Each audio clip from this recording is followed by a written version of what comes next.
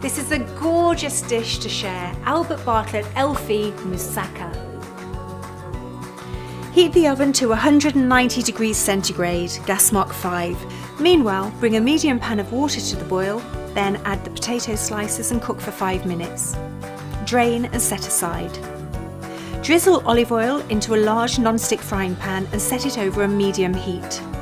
Cook the onion and garlic, stirring constantly for 5 minutes or until softened. Add the lamb mince and cook, stirring with a wooden spoon to break it up for 5 minutes. Next, add the chopped tomatoes, oregano, cinnamon, tomato puree, and mint. Stir well to combine.